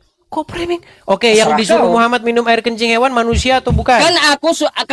Kan aku sudah menyampaikan samamu. Ya. Sob, kamu udah dapat hadiah banyak lu tuh dari Richard tuh, Sob. Ayo, Sob. Jangan kecewakan Richard, Sob. Ayo, Sob. Ayo, Sob. Enggak. Richard sudah memberi kamu banyak hadiah tuh, Sob. Ayo, Sob. Ayo, silakan, Sob. Ayo. Ayo, Sob. Saya mau bilang Aku begini. nggak akan Usop, ngomong tolong. yang Waduh, lebih, sebentar. gitu, ya. YouTube saya agak macet nih. Sebentar, Sob. Saya perbaiki dulu YouTube saya ya. Apa pula? Sebentar, YouTube saya agak sedikit macet. Sabar. Sabar, Sob. Saya perbaiki dulu saya. Bentar ya. Udah? Oke, Boleh aku saya mau tanya, nanya, Des? Sob. Gini, betul atau tidak bahwasanya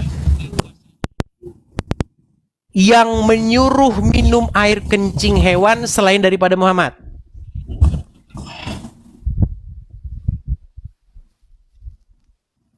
Apa? Kau bertanya seperti itu, betul atau tidak? Ya.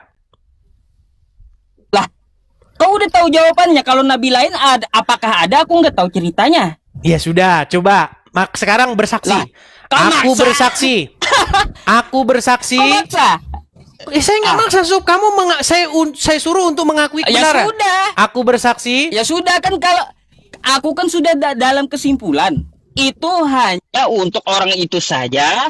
Oke. Obat pada saat itu saja. Oke, berarti kesimpulannya tidak ada nabi yang nyuruh minum air kencing hewan selain daripada Muhammad, betul? Itu kan kesimpulan kamu. Kok kesimpulan saya? Lah, Apa? Oke.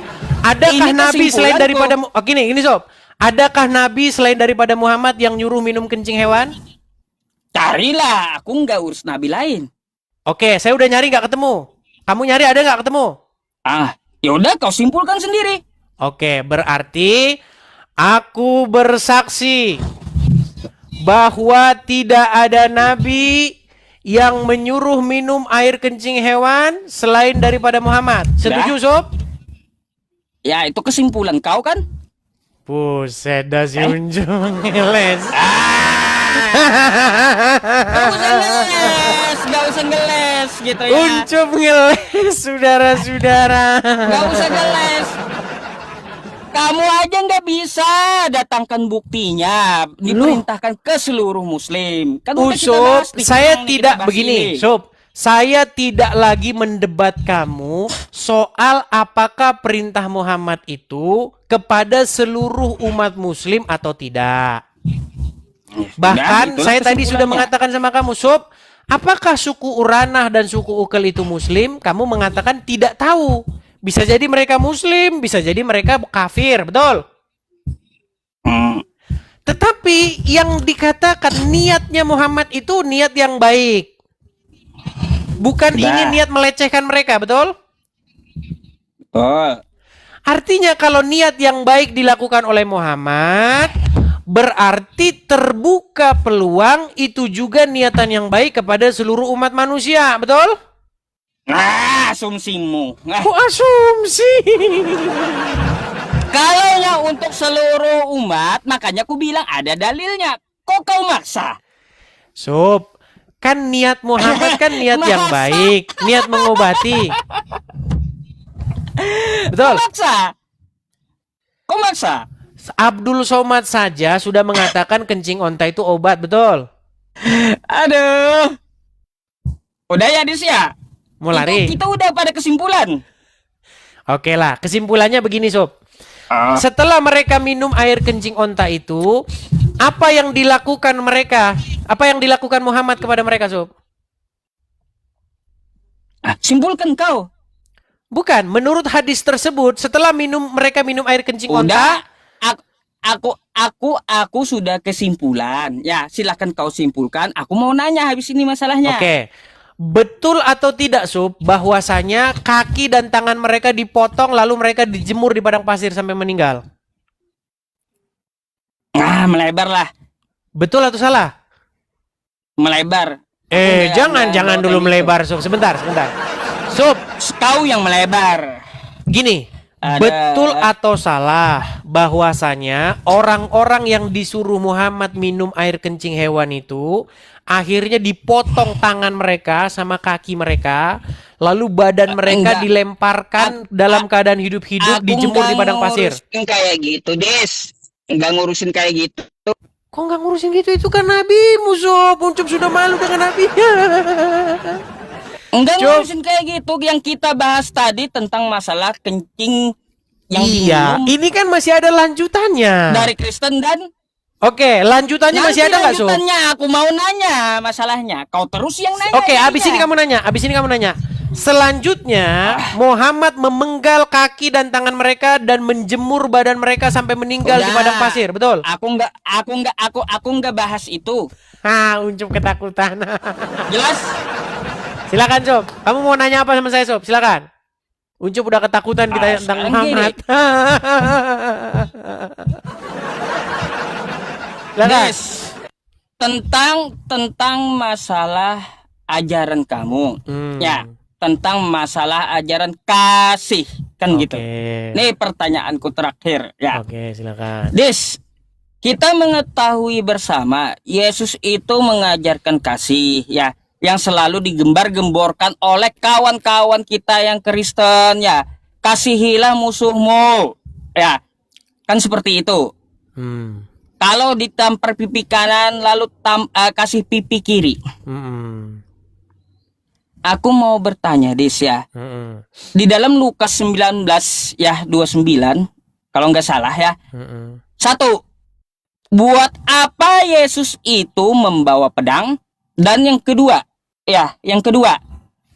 Di mana ajaran kasih Yesus ketika dia ya menghamburkan dagangan orang di depan bait?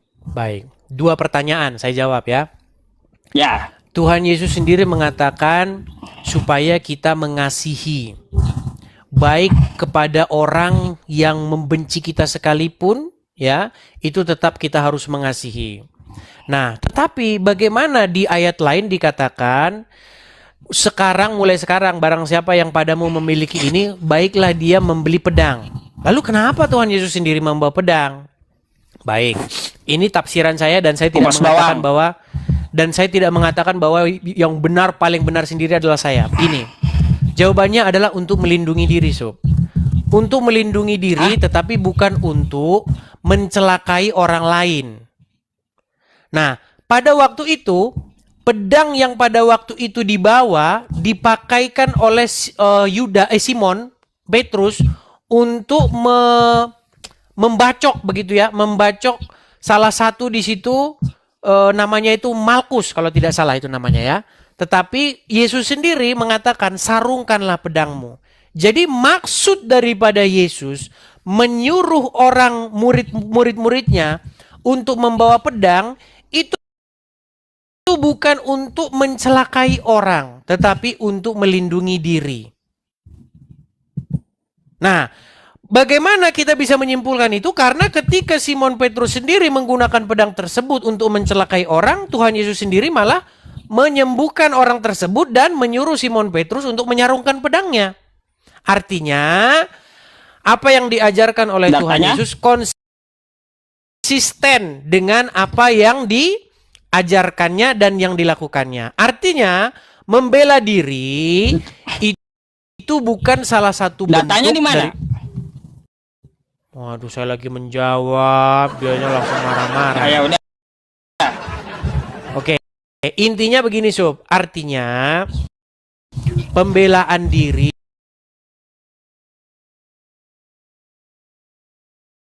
ya tidak, tetapi kita juga ada untuk membela diri kita. Seperti itu. Nah, kemudian yang kedua, tetapi dengan demikian membela diri bukan untuk menganiaya orang. Seperti itu. Membela diri itu hanya untuk pertahanan diri, tetapi tidak boleh mencelakai orang lain. Kemudian yang kedua, masalah tentang bagaimana Yesus membalikkan meja-meja atau dagangan-dagangan di bait Tuhan. Begini Sob.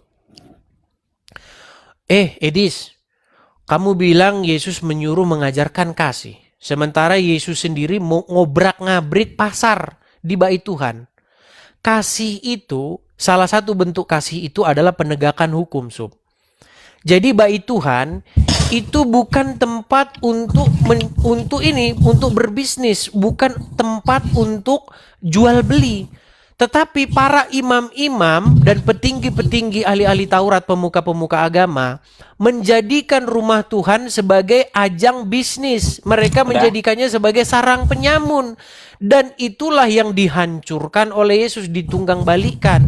Justru itu adalah representasi, sebuah ekspresi daripada kasih kepada Tuhan. Supaya rumah Tuhan itu dikembalikan kepada fungsi dan tujuannya. Bukan untuk tempat berdagang berbisnis. Begitu Sob. Kau tanggapi ya? Silakan. Udah panjang kali lebar aku dengar jawaban kamu. Nih. Ngarang Silakan. lu.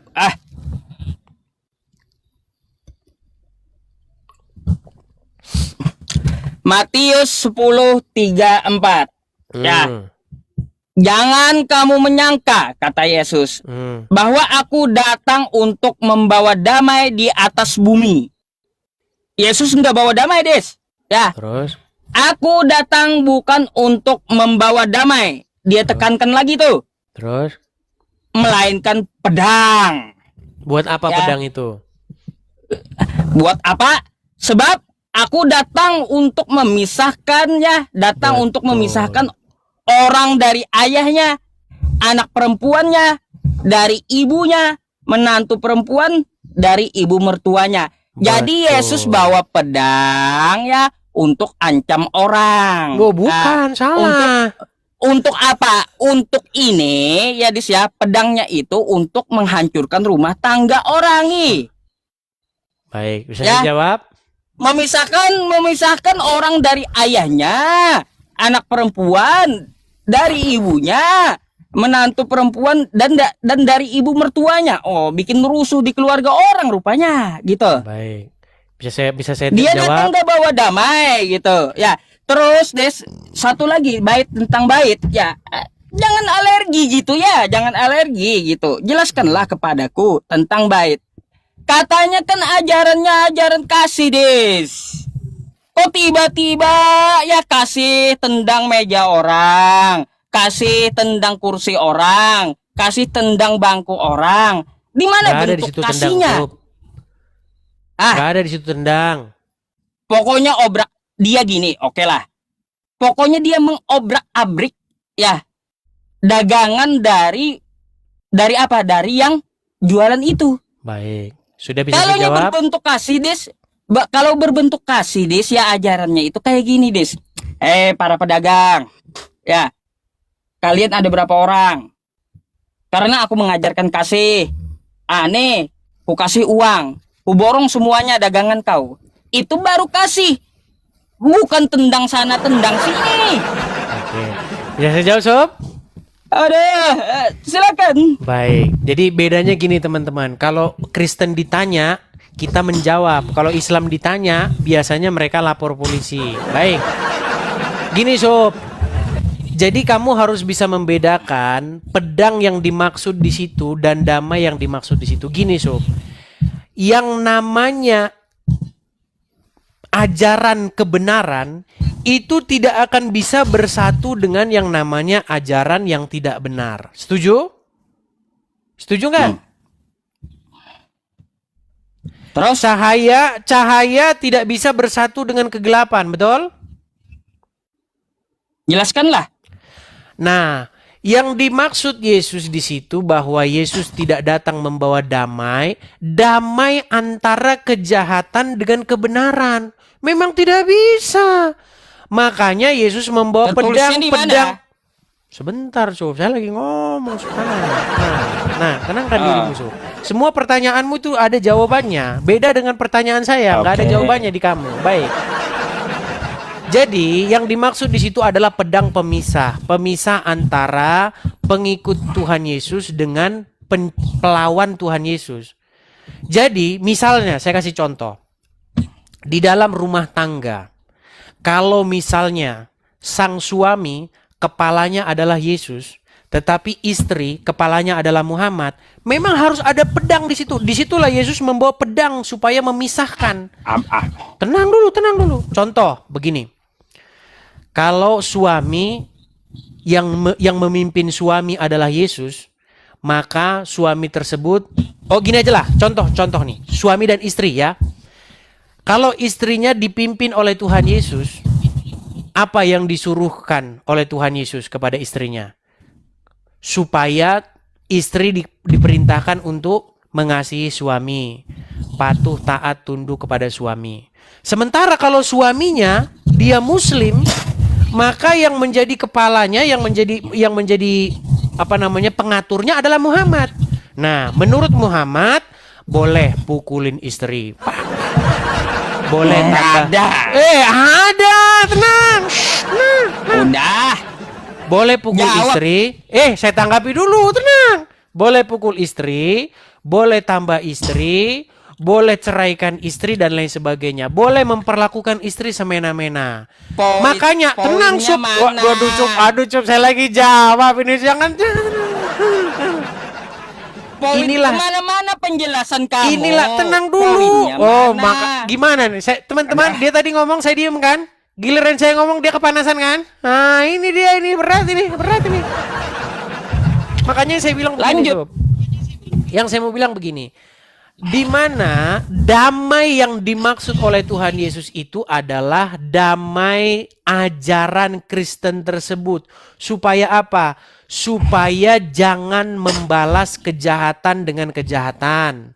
Supaya hak pembalasan itu dibalikkan kepada Tuhan. Tetapi Yesus tidak membawa perdamaian antara kejahatan dengan kebenaran. Kejahatan dan kebenaran itu memang harus dipisahkan. Contoh misalnya, kalau ada istri yang tadi, terus suaminya seperti yang tadi, ya ini adalah dua sesuatu yang harus dipisahkan.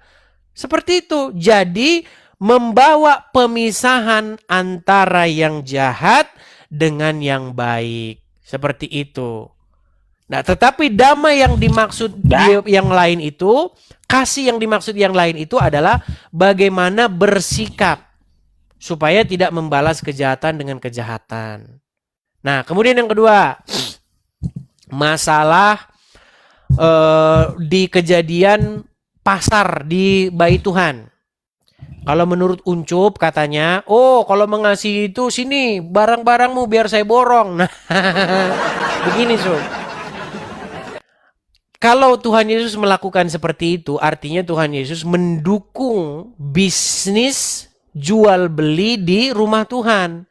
Sementara melakukan bisnis atau jual beli di rumah Tuhan itu bukanlah tujuan daripada didirikannya rumah Tuhan tersebut. Justru orang-orang Farisi, ahli-ahli Taurat dan pemuka agama itulah yang membuat rumah Tuhan itu menjadi ajang bisnis jual beli. Nah, yang ditunggang balikan, yang diputar balikan oleh Tuhan Yesus itu adalah meja-meja penukar uang. Jadi di situ orang-orang ahli Taurat itu mereka bisnis jualan korban. Makanya sama Tuhan Yesus dibalikkan itu meja-meja penukar uang. Artinya apa? Tuhan Yesus di situ ingin supaya dibersihkan rumah Tuhan itu dari sarang penyamun. Itu Sob, dan itu adalah bentuk kasih itu sendiri. Contoh, saya kasih contoh. Saya kasih contoh nih, ada Masjid Istiqlal. Di Masjid Istiqlal orang-orang jualan nih. Oh, ayo yang mau masuk Masjid Istiqlal kamu harus beli ini, dijadikan bisnis. Ketika ada orang menertibkannya, masjid ini tempat orang sholat, bukan tempat orang cari duit bisnis. Ulama-ulama nggak boleh bisnis di sini. Itu justru bentuk penegakan hukum. Penegakan hukum itu adalah bentuk daripada kasih. Gitu. Oke. Silakan. Berarti betul. Berarti betul yang kamu katakan ya. Penegakan hukum kasih itu dengan cara menghamburkan dagangan orang. Kan kayak gitu. Ya karena mereka tidak berdagang pada tempatnya. Gimana?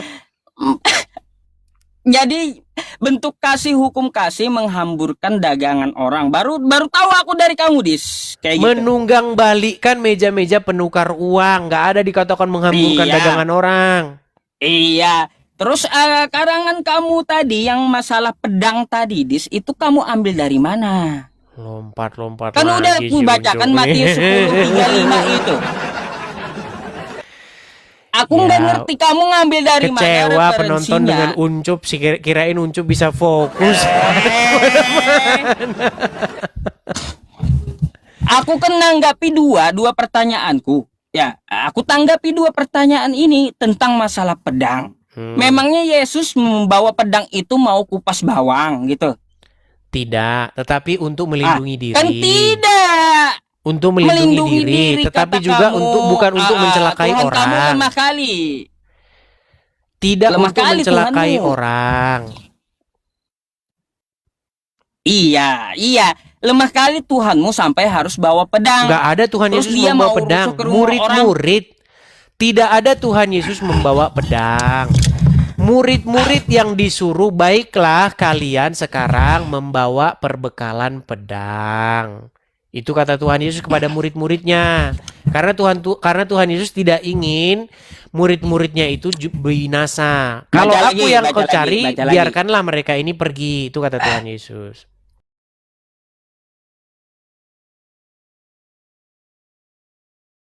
Aku datang untuk membawa damai di atas bumi. Aku datang bukan untuk membawa damai, melainkan pedang. Ya, pedang apa itu? Lalu apa kata Yesus? Pedang apa itu, Sob? Sebab aku datang untuk memisahkan orang dari ayahnya, anak perempuan dari ibunya, menantu perempuan dari ibu mertuanya. Oke, berarti Mau pedang yang dimaksud di rusuh, situ kawan. adalah pedang untuk memisahkan antara orang, betul? Bukan pedang betulan, betul? Jelaskan. Iya, maksudnya itu pedang pemisah, Sob. Pemisah antara sesuatu yang menghalang-halangi untuk mengikuti Tuhan Yesus dan sesuatu yang memisahkan untuk sesuatu yang menghalangi mengikuti Tuhan Yesus. Contohnya begini. Misalnya, ada seseorang bertanya kepada Tuhan Yesus, "Guru, izinkanlah aku mengikut engkau, tetapi biarkanlah aku minta izin dulu kepada orang tuaku." Apa kata Tuhan Yesus? Barang siapa yang siap membajak tetapi menoleh ke belakang, ia tidak layak bagi kerajaan Tuhan. Artinya begini, Sob, mengikut Tuhan Yesus itu memang harus totalitas. Nah, itu juga sebenarnya ada dalam ajaran Islam, Sob. Nah, di dalam ajaran Tuhan Yesus itu, mohon maaf nih Sob, dicontek oleh Muhammad kepada Umar ibnu Khattab. Ketika Muhammad bertanya kepada Umar ibnu Khattab, Muhammad pernah bilang Kok begini. malah lari? Kan saya kasih contoh, ini kan saya menjawab. Ketika kamu Kamu menyalahkan, bahas Bible. begini Sob, ketika saya menjawab Bible, saya kan harus memberi percontohan supaya kamu bisa melihat sendiri ke dalam dirimu. Betul? Kalaunya kamu ambil sejarah sahabat Nabi, maka tampilkan sejarahnya. Oke, baik. Dalam satu riwayat, Umar bin Khattab pernah Riwayat berkata apa? begini. Oke, kita bacakan ya, kita bacakan. Masa Uncup tidak tahu riwayat ini, ya? Jadi Ya, Umar bin riwayat Khattab apa? pernah berkata bahwasanya dia lebih mencintai dirinya sendiri ketimbang, nih sebentar ya, saya tunjukkan bahwasanya Umar, bentar,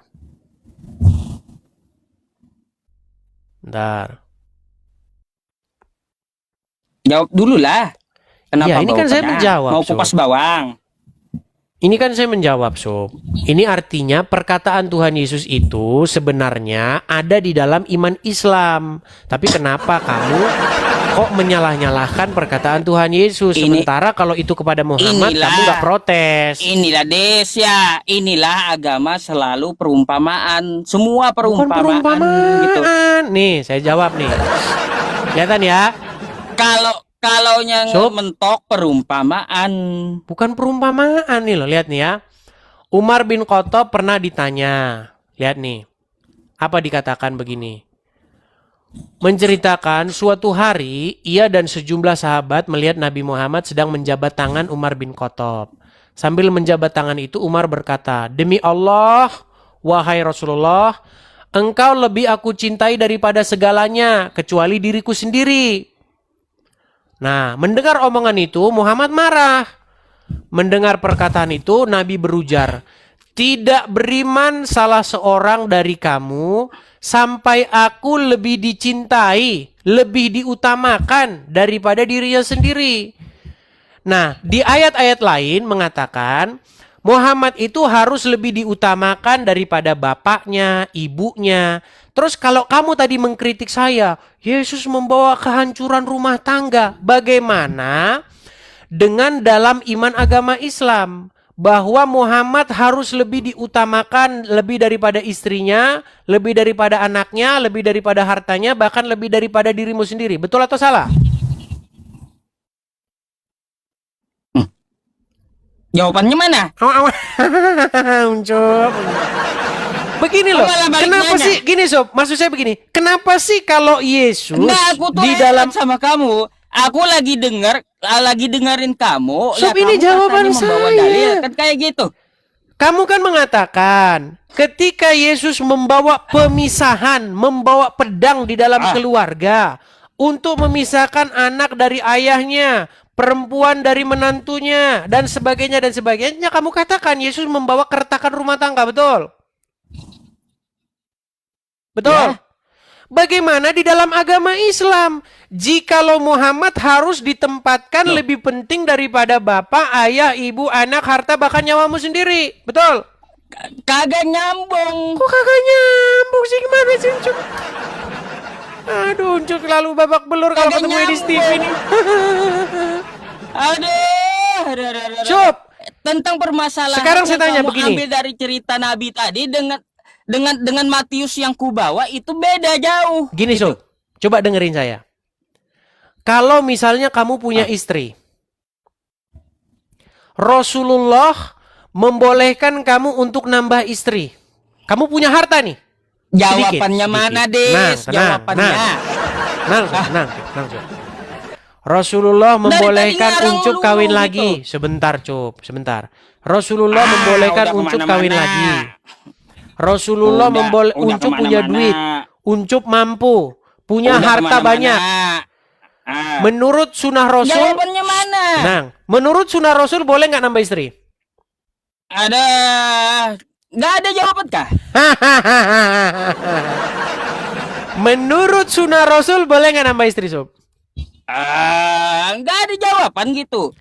Kan udah saya jawab si Uncup. Jelas bahwa Tuhan Yesus membawa pemisahan antara yang batil dengan yang hak. Kalau di dalam sebuah rumah tangga ada yang tidak mengikut perintah Tuhan Yesus, memang di situ Tuhan Yesus membawa pedang pemisahan. Jelas. Jadi namanya Dan itu kasih sebenarnya itu ada juga di dalam agama Islam.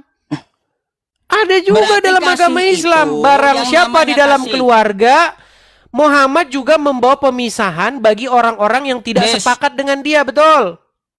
Ini mau gimana sih? Ucup standar Berarti ganda loh ya, kamu itu, Sob.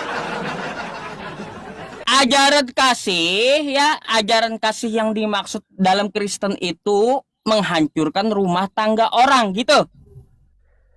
Memisahkan orang-orang di dalam rumah tangga Iya, tersebut. itu kan. Iya, betul. Iya. Betul. Itu ajaran kasih memisahkan orang-orang Memisahkan dalam rumah tangga yang tersebut. baik dan yang batil, begitu. Mana jangan ngarang. Itu ayahnya, ibunya, anak Gimana sih, perempuan Ucup? dari ibunya. Ya kalau punya bapak, punya ibu masih mengikuti Muhammad, ya memang harus dipisahkan. Begitu pedang pemisahan. Begitu.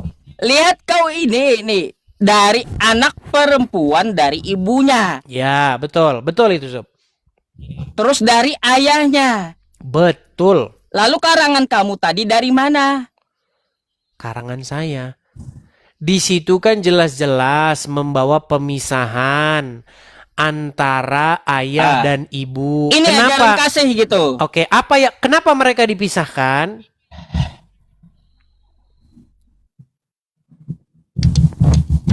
Karena salah satunya ada yang menjadi penentang Yesus, betul? Jelaskanlah. Kenapa ayah dan ibunya harus berpisah? Karena salah satunya menjadi penentang Yesus, betul?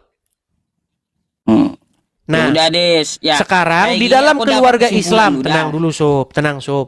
Di dalam keluarga Islam, kalau salah satu menentang Muhammad, kira-kira terjadi hal yang sama tidak? Mulai dah pening. Penjelasannya Ucup. mana? Mulai. Oke lah Sob, saya rasa itu dulu Sob. Itu aku bahas Yesus. Ucup udah mulai ngantuk. Aku bahas Yesus, kamu malah ke Nabi Muhammad. Jadinya nggak ngerti aku. Enggak, saya sudah jelaskan, Sob. Saya sudah jelaskan. Kemudian kamu suka ngeles. Biar kamu nggak ngeles, saya kasih seumpama Bukan itu ngeles. terjadi dalam agama Islam. Oke Ya lah, udah, Sob. gini Karena aja, hubungan gini. Sebentar, Sob. Sebelum bubar, Oke. ini Silakan. aku mau ambil tarik kesimpulan ya. Sebelum bubar deh. Ya. Berarti gini Des ya. Ajaran kasih itu seperti yang dicontohkan oleh Yesus. Mengasihi, yang namanya kasih adalah menghancur rumah tangga orang. Dari anaknya dan ayahnya harus dipisahkan. Dari anak perempuan dan ibunya harus dipisahkan. Obrak-abrik rumah Nggak tangga ada harus orang. dipisahkan. Kayak gitu. Sudah? Jadi itu kesimpulanku ya Dis ya, tentang masalah diskusi kita kali ini. Karena kau apa dari tadi ngarangnya kemana-mana gitu. Heranku. Dah, itu aja. Oke. Eh? Oke. Terima kasih Uncup, sampai ketemu lagi. Ya, baiklah. Ya, intinya teman-teman, apa yang kita sampaikan, penonton sendiri yang menilai, ya. Artinya apa? Pemisahan itu memang terjadi kalau salah satu di antaranya menjadi penentang Tuhan Yesus. Rumah tangga yang baik itu adalah rumah tangga yang dikepalai oleh Tuhan Yesus. Kalau rumah tangga dikepalai oleh Tuhan Yesus, maka suami akan mengasihi istri dan istri akan hormat kepada suami. Bukan begitu? Bukankah itu rumah tangga yang baik? Nah, kalau rumah tangga dipimpin oleh nabinya Uncup, ya suami akan tambah istri.